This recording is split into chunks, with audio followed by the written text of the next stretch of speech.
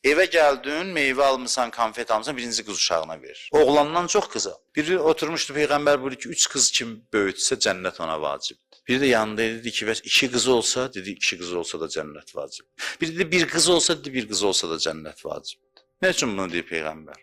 Ona görə ki, evinə gedəndə qızının başına dolanacaq ki, sən mənim cənnətə getmək səbəbimsən. Sən mənim xoşbəxtlik səbəbimsən. Sevgi ilə əhatə elə qız uşağına ağıllı olsun. Ne üçün? Çünki sevgi ilə əhatə eləməyəndə nəfsi təhrik olur, nəfs də ağla təsir edir, ağılsız addımlar atır.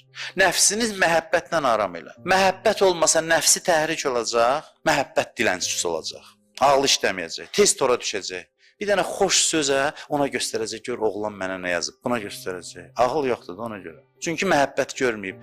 Evdə ki görməyib, başqasından bir balacasını görən kimi azacaq yolunu. Yoldan azmasa da səhv qərarlar verəcək. Tora düşəcək.